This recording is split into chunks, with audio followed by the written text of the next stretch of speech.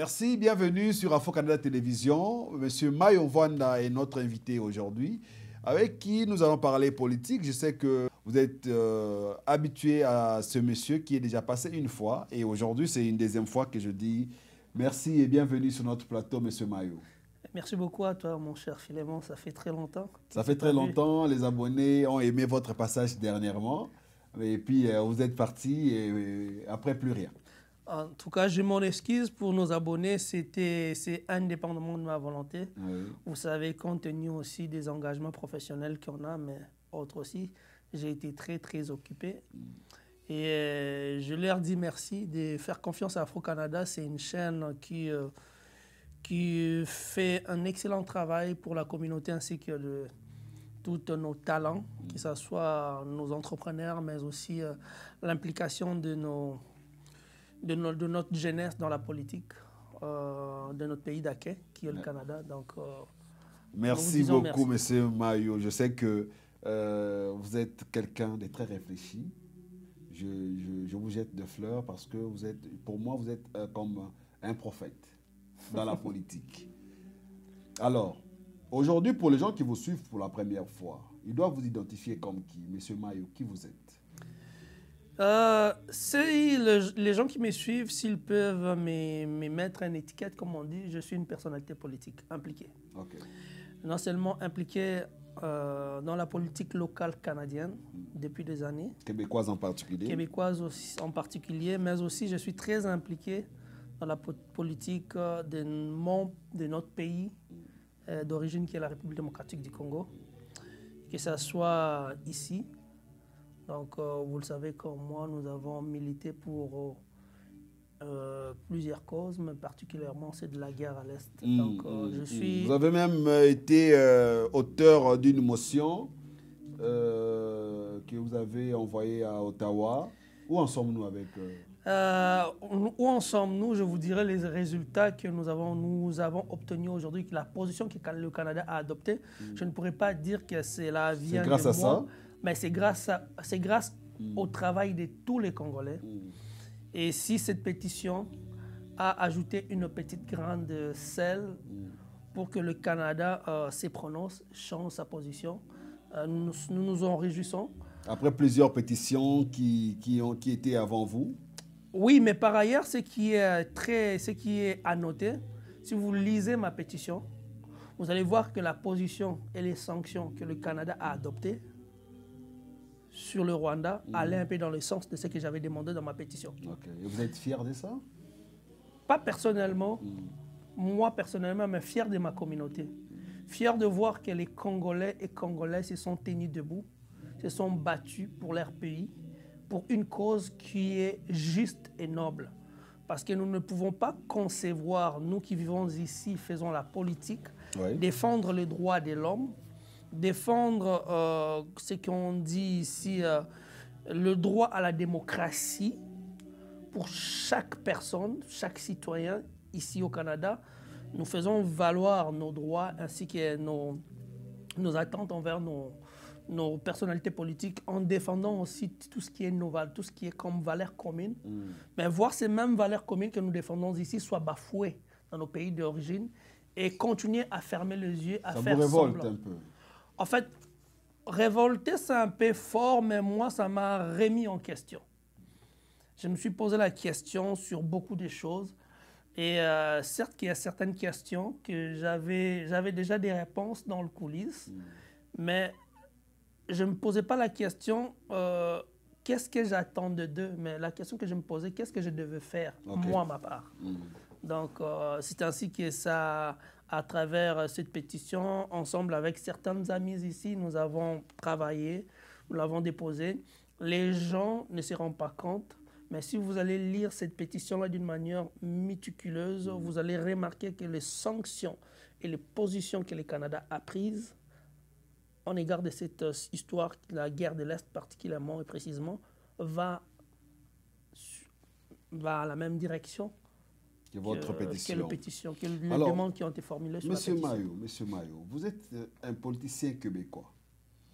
Comment faites-vous pour mêler les deux politiques? Vous êtes à la fois politicien au Québec, à la fois je ne sais pas si on doit vous appeler TikToker, influenceur sur la politique en RDC. Je vais vous dire un adage qu'un homme politicien québécois, ici, qui a dit, il a travaillé plusieurs années dans des instances internationaux. Je pense que ce n'est pas M. Levesque, parce que vous avez toujours tenu beaucoup de propos de M. Levesque. Il dit, vous pouvez sortir un Québécois du Québec, mais vous ne réussirez jamais de sortir le Québec du Québécois. Donc, ceci étant dit, je pourrais dire, vous pouvez sortir un Congolais du Congo, mais vous ne sortirez jamais le Congo du Congolais. Jamais. Et peu importe ce que nous faisons, nous avons le devoir de mémoire, de nous rappeler d'où nous venons. Parce qu'une personne qui ne sait pas d'où il vient ne saura où il va. Ne saura où il va. Et voué à la perdition et à l'égarement. Or, si nous sommes aujourd'hui ce que nous sommes, parce qu'il y a une mère patrie qui nous a donné des racines, qui nous a portés, qui a fait de nous ce que nous sommes aujourd'hui. Les sangs qui coulent dans mes veines, c'est les sangs de mes parents, de mes ancêtres, de mes grands-parents qui sont bantous, originaires du Congo. Alors, je me vois mal, peu importe la position que j'occuperai ici, au Québec, particulièrement au Canada, et rester insensible à ce qui se passerait dans mon pays d'origine. Ça, c'est être naïf. Je vous donne un exemple. Un juif est juif partout où il est. Peu importe la fonction, peu importe le poste, il reste juif. Si Israël est attaqué, si les intérêts d'Israël sont menacés, tous les juifs du monde entier, partout où ils sont, peu importe leur fonction, et Dieu sait s'ils occupent des fonctions, des très hautes fonctions dans des sphères économiques, politiques aux États-Unis. Ça, c'est vrai. Ils défendent leur patrie. Le fait d'être ou d'occuper des fonctions très élevées dans leur pays d'accueil ne efface pas le sentiment ou le patriotisme qui est en eux pour défendre les intérêts de leur pays. Donc c'est le cas avec M. Mayo. Vous êtes Congolais d'origine, bien qu'aujourd'hui Québécois, Canadien, mais vous tenez toujours à la patrie. Ça, c'est une bonne chose. Alors, dites-moi un peu, qu'est-ce qui vous révolte dans cette guerre? Est-ce que c'est parce que les sanctions ne sont pas aussi appliquées comme vous l'attendiez, ou c'est parce que ça prend du temps? Ce qui m'a révolté, il y a deux choses qui m'ont révolté dans cette histoire. Si je pars depuis...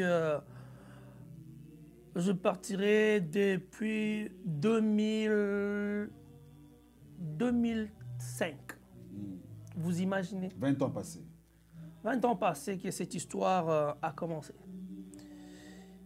Et si on part de là, nous allons voir l'inaction, l'indifférence, les silences. Et je vous ai dit dans l'entrée de jeu, depuis ces moments-là, je me posais la question, qu'est-ce que je pourrais faire depuis pour ne pas résoudre la situation, parce que seul je ne serais pas capable, ça serait être prétentieux, mais ça serait quoi ma contribution? Et la voie où j'ai trouvé d'apporter ma pierre, c'est faire de la politique, de m'impliquer, comme je vous ai expliqué. Et c'est aussi la duplicité de certaines puissances occidentales. Aujourd'hui, on le voit, les rapports sont là, sont étalés à la place publique. C'est juste aberrant. Voir que cet écho-là, ces soupçons-là n'ont pas commencé d'aujourd'hui. Les Congolais de la diaspora et de l'étranger criaient déjà sur le perchoir à plusieurs fois qu'il faudrait quand même que l'on puisse commencer à jeter un œil attentif à cette histoire-là, ce qui n'a pas été le cas. Mieux vaut tard que trop tard.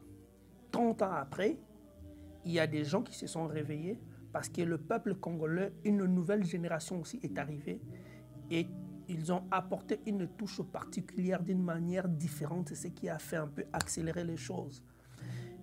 Mais ce qui a été fait maintenant, ou on peut dire aujourd'hui, aurait pu être fait avant. avant. Vous pensez maintenant que la diplomatie a payé? Oui, je peux vous l'affirmer. Et Moi, personnellement, des fois, vous savez, quand je suis dans mon bureau, avec le travail qu'on fait, je vois des choses, des fois, ça me fait rire et ça me révolte.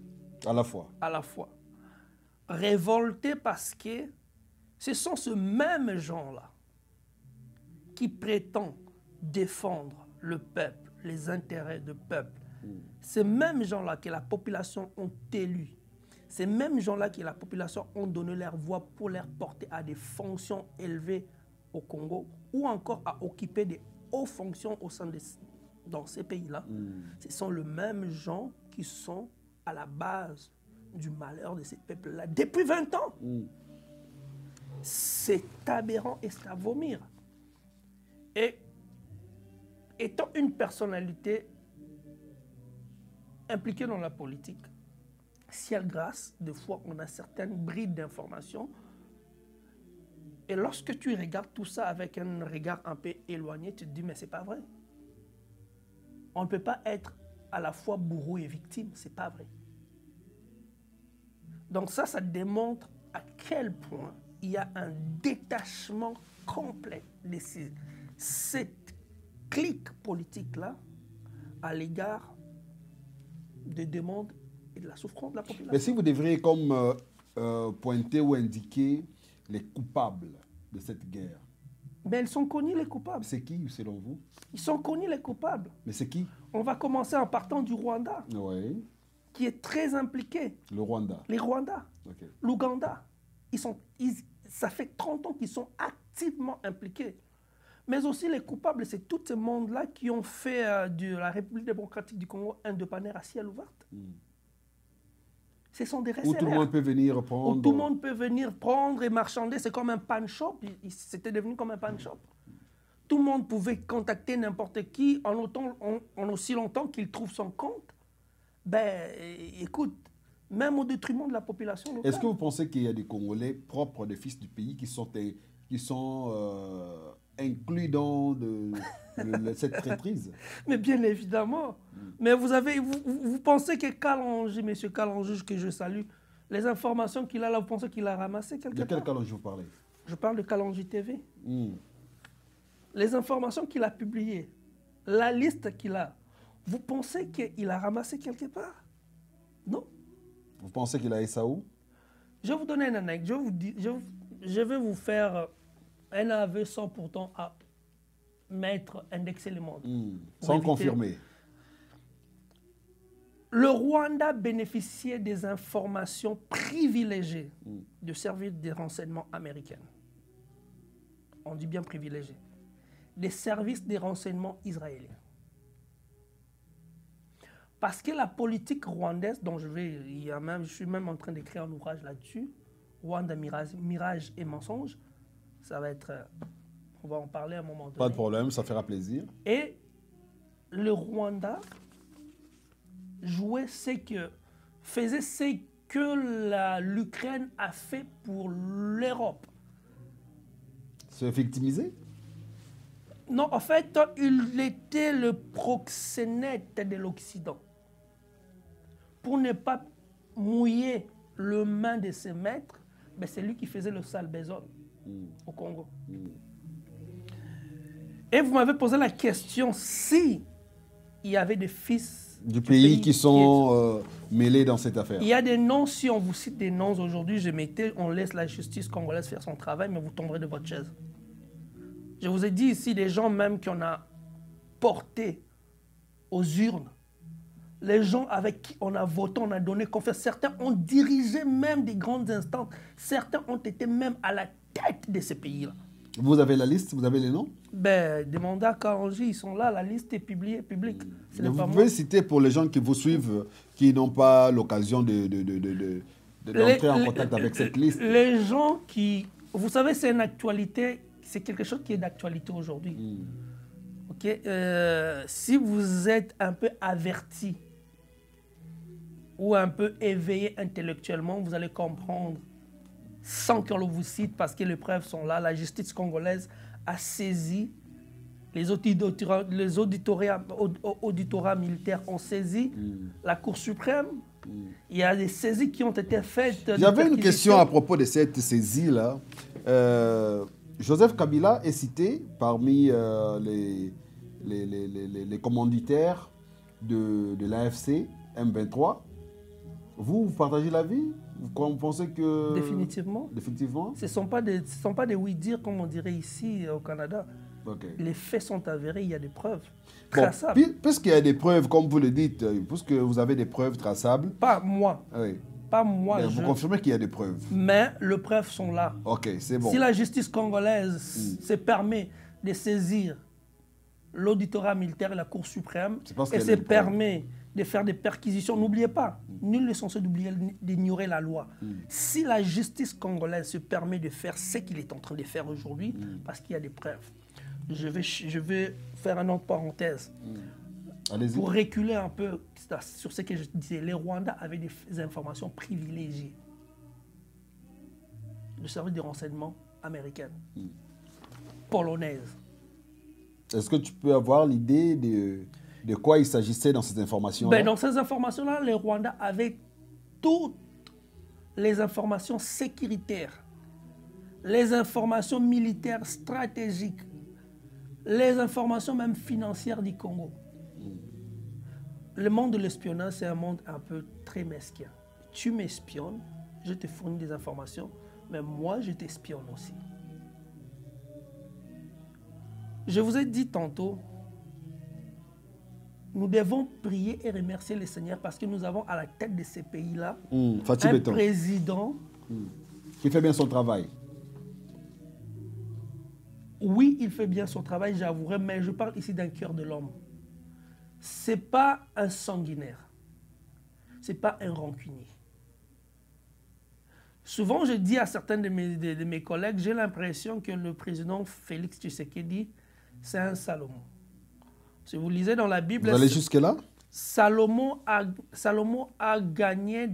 n'a pas gagné des batailles par conquête guerrière, par des alliances. Il a su maîtriser tout son royaume par des alliances. Si vous avez lu Machiavel aussi, Machiavel le dit aussi, c'est deux façons de faire. Mais son père, c'était un roi guerrier, David. Il a gagné des territoires par conquête guerrière. Mais c'était aussi sage. Je vous ai dit, si les informations que a le président Félix Tshisekedi, c'était Mobutu à sa place. Les informations qu'il a... Qu'est-ce qu'il aurait fait? Mon gars, ça serait le goulet. Ça serait des arrestations. Il y a même des gens qui ne seront plus personne. Qui font plus la politique dans ces pays-là. Vous voulez dire qu'avec le président Félix, on vit l'impunité aujourd'hui? Non, il est trop bon. Il est trop bon? Trop clément. Est-ce qu'un président doit être trop bon? C'est ce que je dis. Avec un État, il n'y a pas d'amitié. Parce qu'un État défend les intérêts. Okay. Je ne pourrais pas lui demander de prendre des décisions à sa place parce qu'il sait ce qu'il fait. Parce que jusqu'à preuve du contraire, toutes les personnes qui lui ont traité d'incompétents sont plus capables de passer sur le plateau de télé, répéter ce qu'ils ont dit. Ah bon? Donc là, il devient fort. Tout ce qu'il avait dit, tout ce qu'il faisait, ça s'avère que ce monsieur-là avait raison. Ok. Ce qu'on ne sait pas, aujourd'hui, là, Macroney, dans le coulisses fédéral du Canada, pour votre information, on est en train de parler du Congo. Maintenant, on parle du Congo. Parce que les Congos, qu'on le veuille ou pas, vous savez les problèmes avec nous, Congolais, nous ne voyons pas les biens.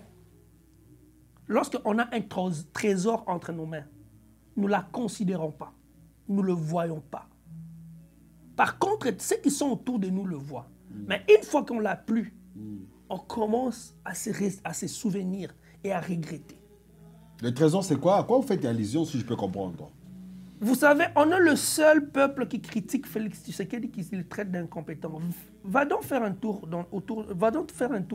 sur les réseaux sociaux. Pas sur les réseaux sociaux, dans des pays africains autour de nous. Demandez-leur qui est Félix. Demandez-leur leur opinion sur Félix Tshisekedi, ce qu'il est en train de faire dans son pays. Moi, ce que je trouve triste, je vous ai déjà dit, je ne suis pas un Tshisekediste. Je suis une personne rationnelle. Je trouve ça triste de voir lorsque quelque chose est bien fait, quelque chose est fait pas pour les intérêts des individus, mais pour l'intérêt d'un peuple, pour l'intérêt collectif. On n'est pas capable de voir ça, mais on doit s'acharner sur la personne. Or, Félix Tshisekedi va partir. Le Congo restera. Okay. L'institution président de la République resterait. C'est pour cette cause-là qu'il est en train de se battre. Faire vivre l'institution président de la République après lui. Ok. Moi, je trouve ça vraiment, je l'avais déjà dit une fois en revenant ici au Québec, quand on parle d'élection provinciale. Après votre voyage de quoi Vous étiez à Pérou dernièrement, ouais. Là. Ouais. C'est pour le travail. Toujours pour le travail. Bon, on va finir avec une petite question dans ce dossier avec Joseph Kabila. Oui. Le ministre de la Justice promet une saisie des biens confisqués, tout, machin, de Joseph Kabila. Est-ce que le Sénat est prêt aujourd'hui à lever les militaires de Joseph Kabila? Je vous ai dit aujourd'hui, la liste qu'a Félix Tshisekedi est longue. Entre ses mains est longue. Et je pourrais même dire qu'il y a certaines personnes qui doivent leur vie, leur liberté, juste à la bonté et du bon cœur de Félix Tshisekedi. Il a entre ses mains ceux mêmes-là qui fournissaient sans indexer des renseignements précis au Rwanda, qui se sont tournés contre eux en voyant la vérité que le Rwanda cachait, sont maintenant en train de travailler avec la RDC. Ceux eux-mêmes-là l'ont remis une liste. Mais vous imaginez que dans ces listes-là, il y avait même certaines personnes. Il avait avant, ça fait quelques temps qu'il a ces listes-là. Mais il a accepté de recevoir même certaines personnes à son bureau qui étaient déjà citées dans ces listes-là. Est-ce que c'est prudent, ça? C'est pour cela que je vous dis, si on peut lui donner un défaut, ce monsieur-là, il est chrétien et il est bon. Est-ce que le pays a besoin d'un bon président ou d'un capable? Le pays a besoin de deux choses. Un bon président et un capable. Si aujourd'hui on commence à parler de la République démocratique du Congo, même ici au Canada, aux États-Unis, parce qu'il a un bon président. Quelqu'un a dit dans les coulisses, le Congo a maintenant un chef d'État. Ah bon? Ici au Canada? Le Congo a maintenant un chef d'État. Si vous le dites, moi je vous comprends. Mais moi d'ailleurs, j'ai apprécié les démarches entreprises par la CENCO, qui était de mettre tous les acteurs politiques autour d'une table, discuter comme c'était avec la table ronde. Deux choses. En qualité de quoi et qui les a mandatés? En qualité des religieux qui veulent la paix, qui est mandaté par le chef de l'État. Non, ils n'ont pas cette vocation-là, primo. Secondo, le chef d'État ne les a jamais mandatés. C'est une initiative privée, personnelle, qui n'a pas reçu l'approbation ou la bénédiction du président de la République. Tu peux me demander quelque chose. Si je ne te réponds pas, ce n'est pas mon oui. Mais j'ai le droit de t'écouter. Qui dit mon consent, non? On dit en français. Non. Qui dit mon consent ne s'applique pas dans ce sens-là. Vous comprenez? Parce qu'ici, on parle de l'État d'un pays. Pour un État, ça prend des décisions.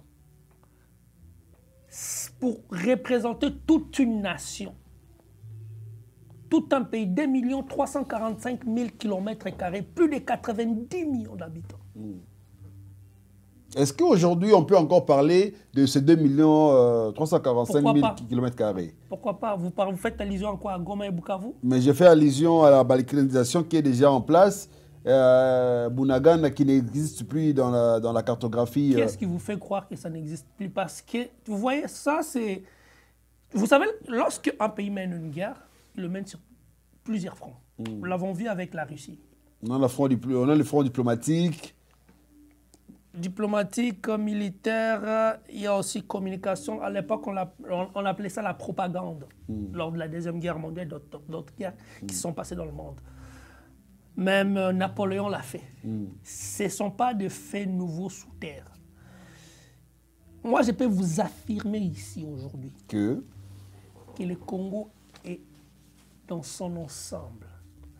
Est-ce que je peux vous confirmer qu'il y a eu des incursions et des occupations illégaux Oui, parce que cela n'est pas d'aujourd'hui. Moba 1, Moba 2, Simba, la rébellion de Simba. Il y a eu de para-belges, l'intervention des États-Unis, la CIA. Ce n'est pas nouveau. Alors, moi, lorsque je fais la lecture de toutes ces choses, nous voyons qu'une répétition. Alors, permettez-moi de dire... C'est l'histoire qui se répète selon vous. Hein? Si vous lisez l'histoire du Congo, on va nous ramener dans le même moule, continuer. Et permettez-moi de dire, comme disait Mosée, ces conglomérats d'aventuriers-là, qui représentent ces prêtres-là, avaient un agenda. Des mots forts comme ça, je ne laisse pas passer sur mon plateau. Hein. Mon cher ami, certes, les mots sont forts, mais les actions aussi méritent ces mots-là, parce que c'est à la hauteur de ce qu'ils font. Nulle part dans le monde, une église peut mener des actions politiques sans le consentement des autorités ou des institutions établies. Ils ont eu la réponse du Qatar à travers le représentant spécial de Donald Trump. Voilà des gens réfléchis. Qu'est-ce qu'il les a dit? Si vous lisez les journaux, vous allez voir la réponse de Boulos. Mais comment pouvez-vous même vous permettre d'arriver à ces niveaux-là? Vous pensez qu'ils sont traîtres? Ils ont été financés par des ennemis du pays, du Congo? Je posais une question. Le Canada a un conflit avec les États-Unis. Oui. Demande le prélat, on voit des prélats canadiens se faire sponsoriser de voyages par les États-Unis, aller au Mexique, aller aux États-Unis, revenir au Canada. Je vous jure, dès qu'ils mettent les pieds ici, ils vont être arrêtés. Et ils seront jugés sévèrement, très sévèrement. Or, le Canada, mais l'Église a, l'Église a des fonds.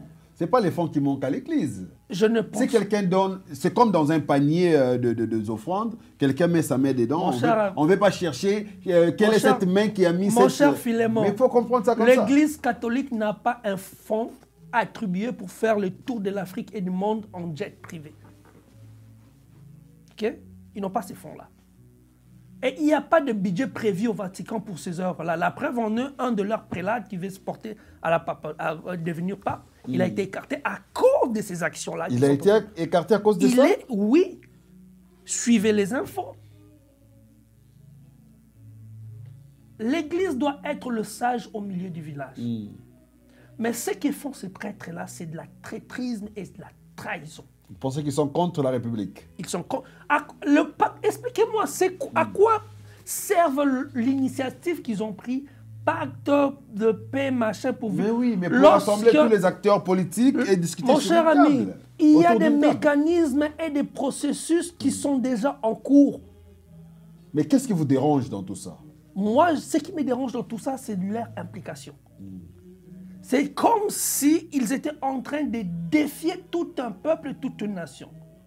Non seulement ça, ils sont en train de défier les autorités en place. Personne ne les a mandatés.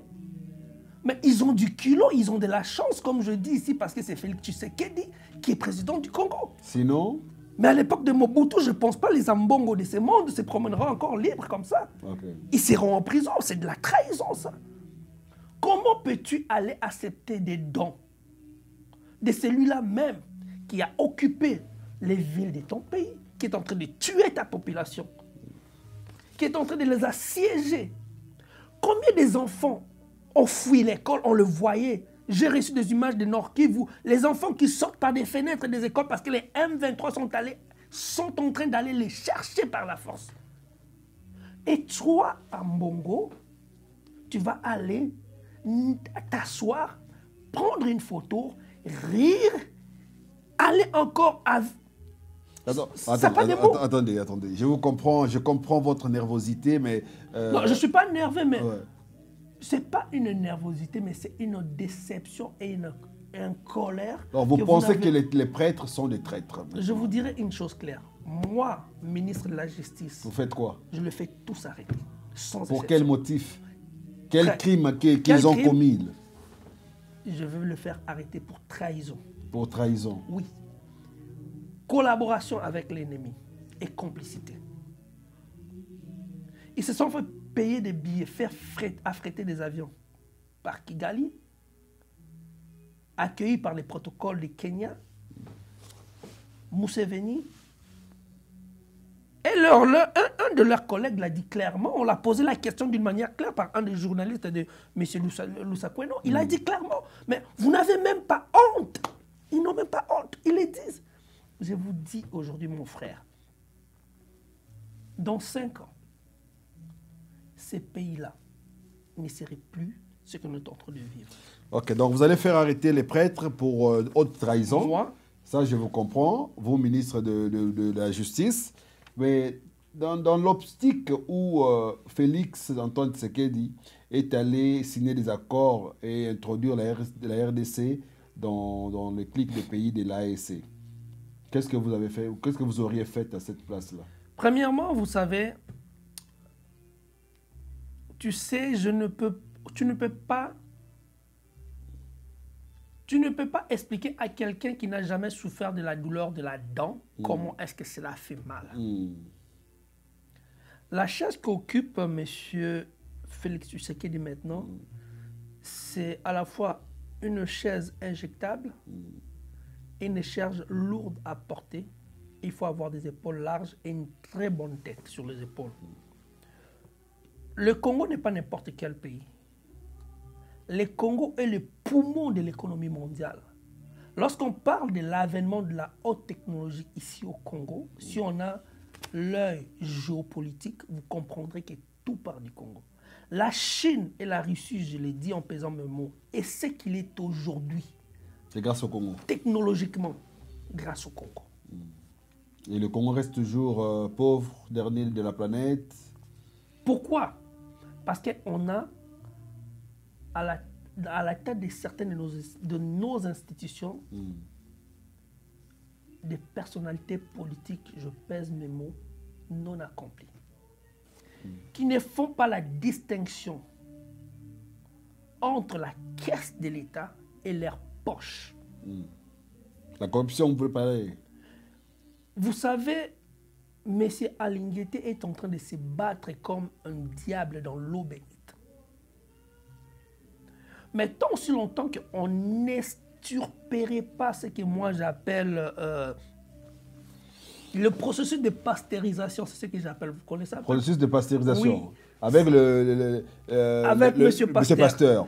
Ça veut dire qu'il faut stériliser. Il faut stériliser et extraire tout ce qui n'est pas conforme au processus pour avoir un produit fini de qualité qui ne peut pas, qui est inoffensif à l'homme. C'est ça la situation au Congo. Alors ça prend encore des Alinguete, ça prend encore des gens comme le Mutamba, ça prend encore de Félix Tshisekedi, ça prend encore de Wagner, ça prend encore de notre ministre de la Justice, Madame Kaikwamba Wagner. Ça prend encore de gens comme de Lutundula, des gens déterminés à en découdre avec cette mafia-là, quoi qu'il en soit. Okay. Une chance, Dieu fait grâce. Vous savez, à chaque fois que je parlais avec mes collègues de ces situations-là, des fois j'étais triste. Je me disais, mais mon Dieu, ce pays-là n'a pas de chance. Mutamba, bon ministre, Mutamba. Le meilleur des ministres congolais? De tous les ministres de la justice qu'on a eu au Congo. Vous vous souvenez, moi, à titre de rappel, je ne suis pas un jeune. Mieux que Luzolo Bambi. Luzolo Bambi a eu des défis à la hauteur de son époque. Okay. Luzolo Bambi n'a pas eu des défis que Mutamba a maintenant. La spoliation qui a gangréné ces pays-là durant 18 ans. Un réseau de mafieux bien établi qui implique même des opérateurs économiques. Mais c'est grave. Okay. C'est exceptionnel. Vous défendez bien, hein? Vous défendez bien Mutamba. Je vous ai toujours dit, moi je suis... Si j'ai fait de la politique ici au Canada, une des choses qui fait en sorte que certaines personnes me respectent, parce qu'ils savent que M. Mayo, quand c'est noir, même si vous me forcez à dire que c'est blanc, je ne le dirai pas. Jamais. Je suis même prêt à faire sauter ma chaise, mais je dirai la vérité. Okay. Et si vous n'êtes pas d'accord avec ça, mais là, il vous écoute, hein? Il vous écoute. Je sais, il y a des gens... Il vous appellera tantôt peut-être pour vous envoyer un petit chèque. Qui ça? Moutamba. Je n'ai pas besoin je n'ai pas besoin qu'on puisse me payer, mon cher ami, pour contribuer à l'auteur de ma patriotisme et mon honnêteté intellectuelle. Je n'ai pas besoin d'être payé. Sans être prétentieux, je vis confortablement avec ma vie. Vous êtes politicien au Québec et vous devez vivre bien. Alors, dites-moi un peu, les élections au Québec, comment avez-vous trouvé? Makani qui débarque à quelques mois du scrutin, candidat au parti, il gagne le parti, il va aux élections, il gagne aux élections. Mon cher ami, c'est quoi cette vitesse-là? Vous risquerez de me faire passer pour un prophète. Parce qu'il y a beaucoup de choses qu'on s'est parlé. La fois dernière, oui, on a parlé de ça. Il faut avoir un œil politique averti. Le problème avec nous, nous ne prenons pas le recul lorsqu'il y a des sujets chauds. Ce qu'a fait le Parti libéral, c'est la deuxième fois que cela arrive. Et l'une des plus grandes erreurs qu'un être ou une personnalité politique ou un homme politicien peut faire, c'est de sous-estimer son adversaire. Ok. Beaucoup. Même dans un combat, on ne sous-estime pas l'adversaire. On ne sait jamais. Pas. Ils ont donné le Parti libéral mort. Ils ont clashé sur Justin Trudeau parce qu'ils étaient à la course à la chefferie. Ils ont dit que ça ne marcherait pas. Mais ils ont oublié que le Parti libéral, c'est un parti de plus de 150 ans d'existence. Et il y a des valeurs très profondes qui rejoignent une majorité des gens. À titre d'information, ceux qui ont fait passer le Parti libéral au pouvoir, c'est le Québec. Bien sûr. C'est le vote québécois. Le vote québécois. Comment cela est arrivé? Parce que je pense qu'à quelque part, on s'est posé des bonnes questions. C'est pour cela que je te dis, la beauté de la démocratie ici, c'est ça. Je n'ai pas besoin d'être le fils d'eux.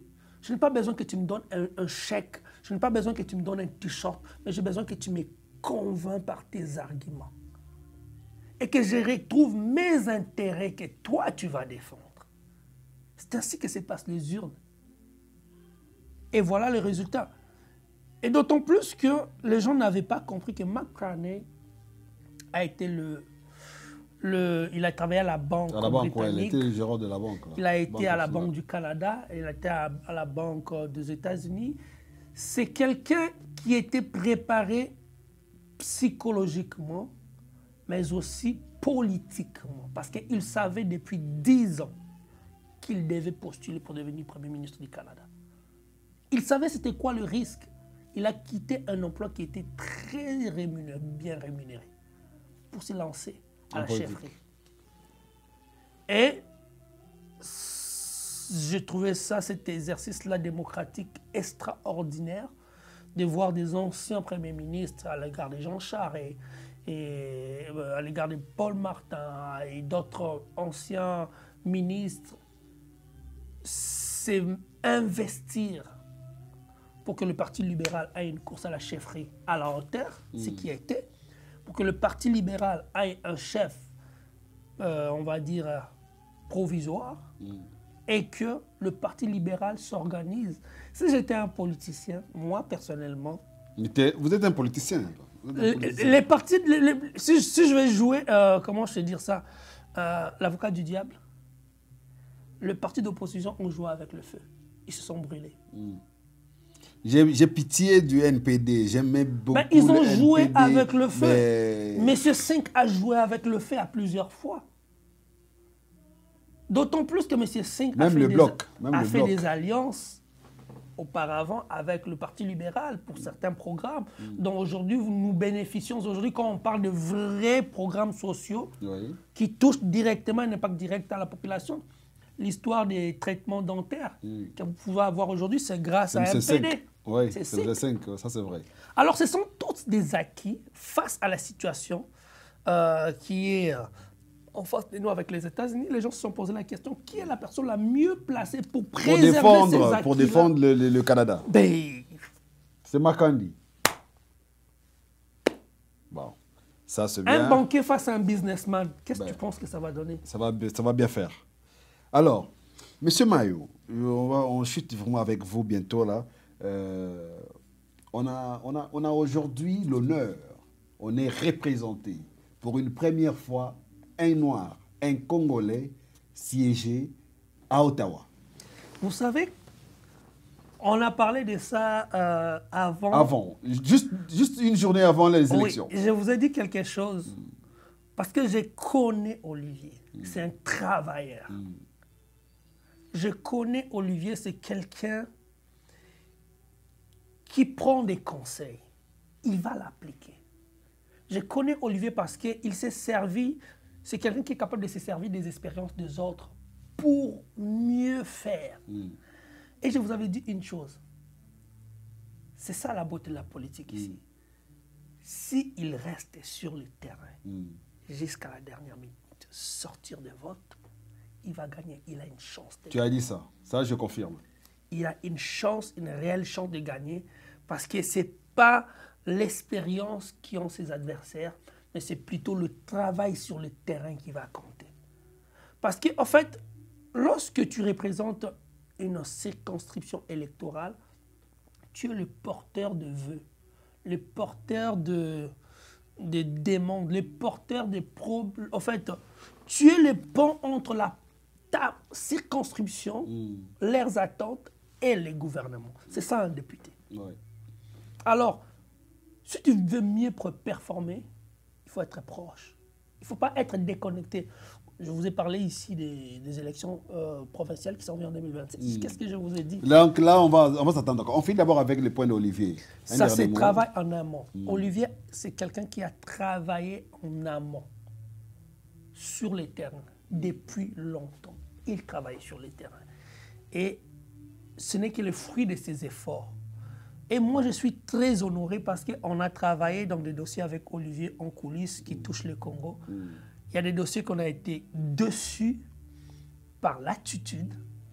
Mais aujourd'hui, je pense on peut dire qu'on n'aura plus besoin de passer par des intermédiaires lorsqu'il s'agit des Congo.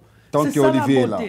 Ce n'est pas seulement Olivier. Vous savez, il faudrait que la communauté congolaise puisse comprendre que si les Italiens, si les Juifs, leur communauté est forte, et ils sont ce qu'ils sont, parce qu'ils ont réussi à créer un écosystème politique dans leur communauté.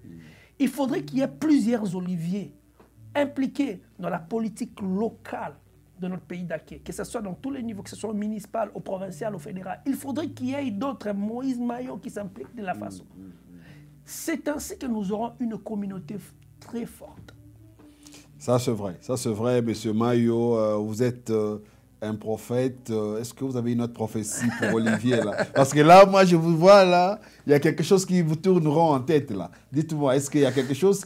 Vous voyez Olivier ministre, quelque chose comme ça? Fort probablement et fort possible. Rien n'est impossible. Tu sais, je vous ai dit une chose ici, Philémon. Je ne peux pas expliquer à quelqu'un qui n'a jamais souffert de la dent.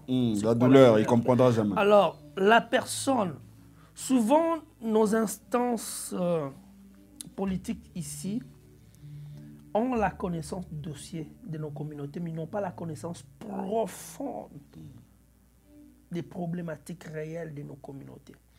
Alors, c'est ainsi que la personne le mieux placée pour représenter ces intérêts-là, ou ces communautés-là, c'est bien nous. Bien sûr. Et on le voit, on peut avoir des ministres d'origine italienne, d'origine haïtienne. On avait même des conseillers autour de Justin Trudeau qui étaient d'origine rwandaise. Okay.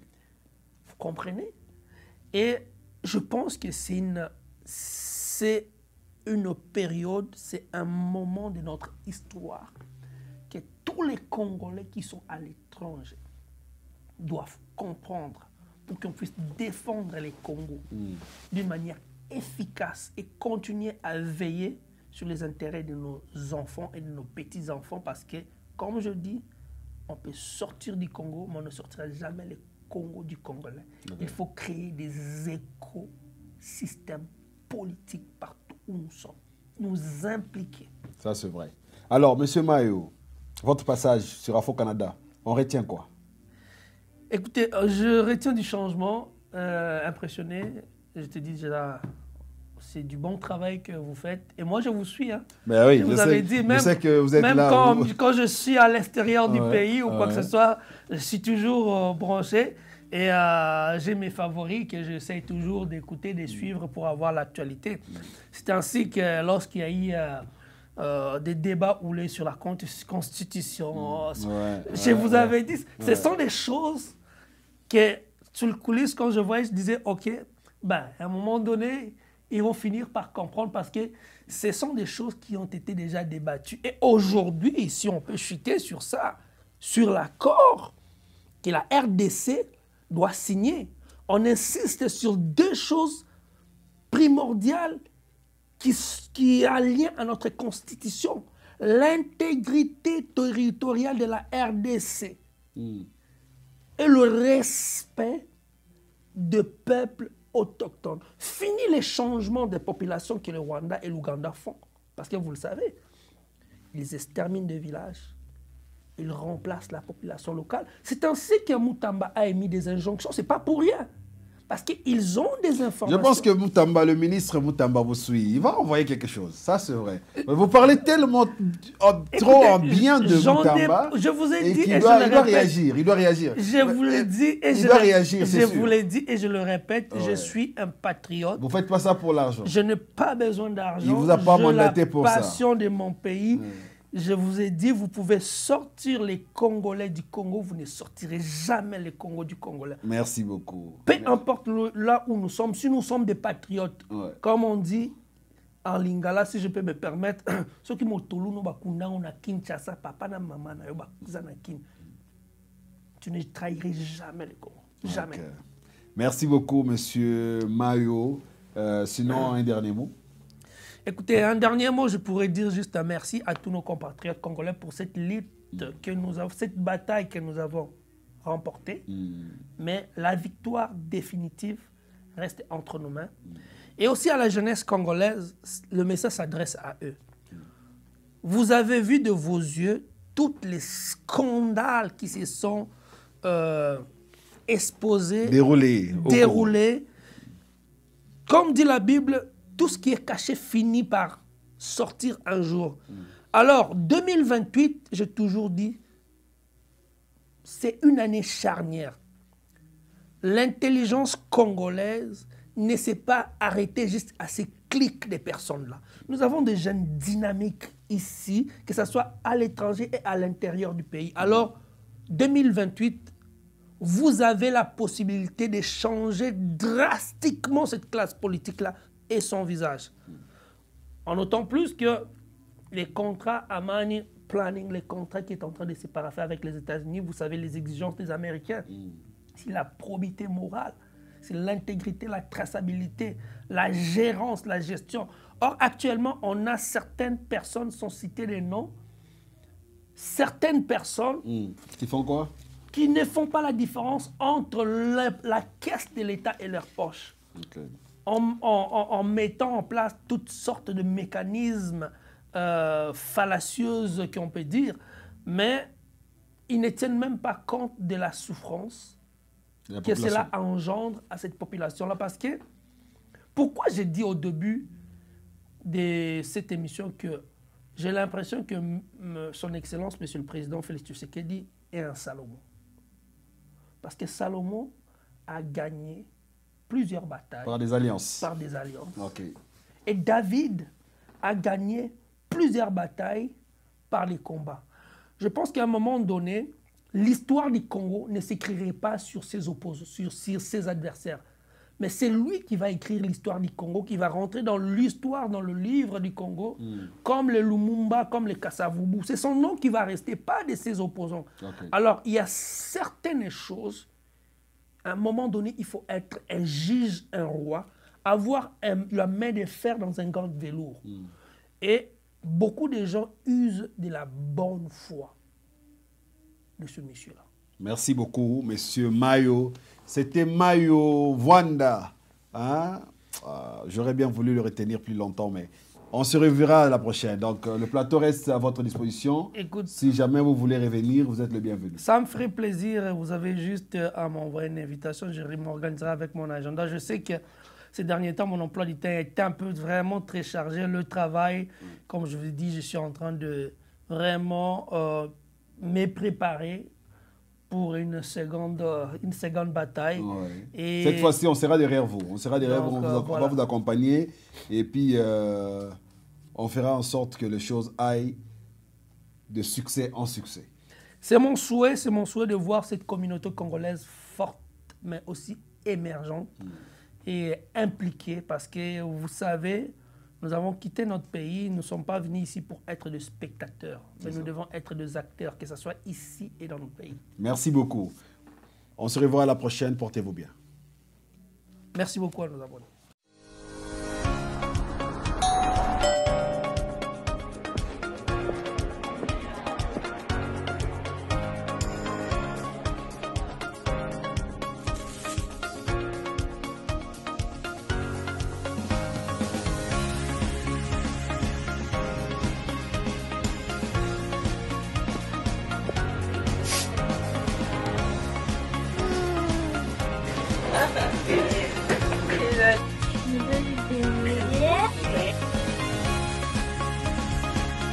Merci Saga Africa.